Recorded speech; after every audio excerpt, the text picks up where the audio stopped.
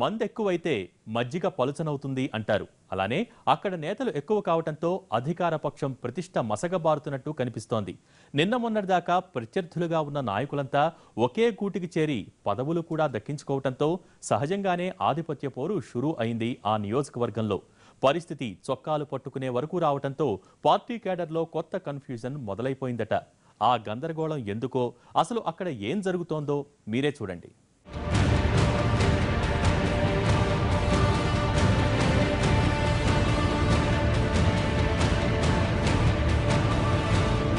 నిజామాబాద్ జిల్లాలో TRS they హవా అంతా.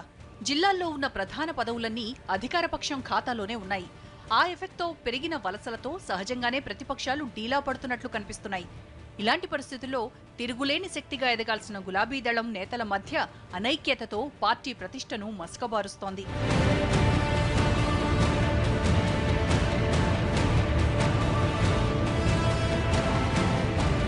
ఉద్దండులంతా ఒకే పార్టీలో ఉండటం అసలు సమస్యగా మారినట్టు కనిపిస్తోంది.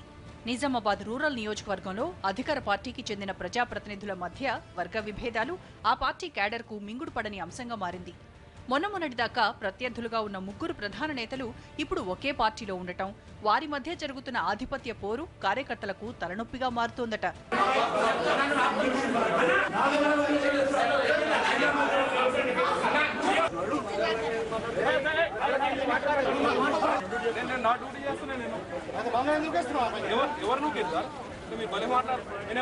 నిజామాబాద్ రూరల్ నియోజకవర్గం నుంచి బాజిరెడ్డి గోవర్ధన్ ఎమ్మెల్యేగా ఉన్నారు.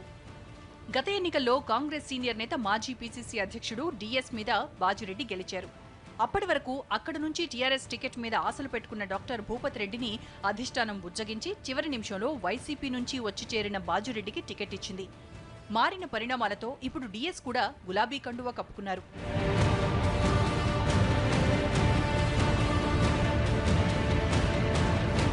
దాంతో రాజకీయ ప్రత్యర్థులు ముగ్గురు ఇప్పుడు ఒకే గూటికి చేరారు. కాంగ్రెస్ కు గుడ్ బై చెప్పిన డిఎస్ టీఆర్ఎస్ లోకి చేరాక బాజిరెడ్డి గోవర్ధన్ అలకపాన్పు ఎక్కారు. డిఎస్ కు బాజిరెడ్డికి పచ్చగడ్డి వేస్తే భగ్గుమనేంత రాజకీయ వైరం ఉంది.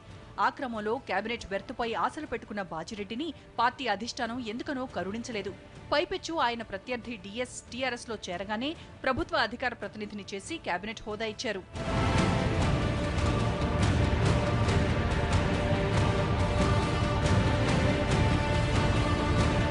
దాంతో బాజిరెడ్డికి పెద్ద షాకే తగిలిందంటారు. ఇదంతా ఒక ఎత్తైతే డాక్టర్ భూపతి రెడ్డి స్థానిక సంస్థల ఎమ్మెల్సీ కోటాలో ఎమ్మెల్సీగా ఎన్నికయ్యారు. ఇది బాజిరెడ్డికి పుండు మీద కారం చల్లినట్లయిందట. అసలు లొల్లంతా అక్కడే మొదలైనట్లు కనిపిస్తోంది. ఆ ముగ్గురు నేతలు నియోజకవర్గంలో ఆధిపత్యం కోసం ఎవరికి వారు పావులు కదుపుతుండడం క్యాడర్ను కన్ఫ్యూజన్లో పడేస్తోంది.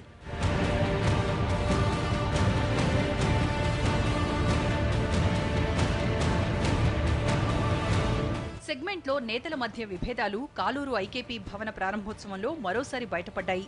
కాలూరులో పెట్టిన ఫ్లెక్సీలో ఎమ్మెల్సీ భూపతిరెడ్డి ఫోటో లేకపోవడంతో వివాదం ముదిరినట్లయింది.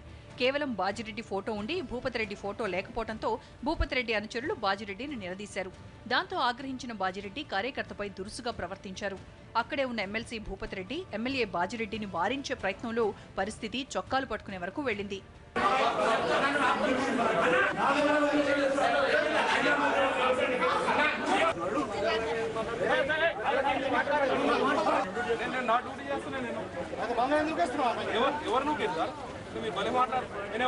ఆ పరిణామంతో రూరల్ నియోజకవర్గం కార్యకర్తలు 3 వర్గాలుగా చీలినట్లయింది.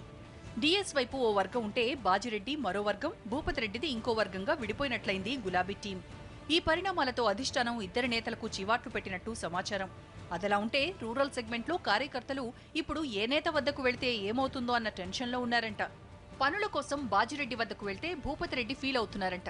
వీరిని కాదని డిఎస్ వద్దకు వెళ్తే బాజిరెడ్డి టార్గెట్ చేయడం, ఇలాంటి పరిణామాలు తలెత్తుతున్నాయని ద్వితీయ శ్రేణి నాయకులు ఆందోళన చెందుతున్నట్టు కనిపిస్తున్నారు.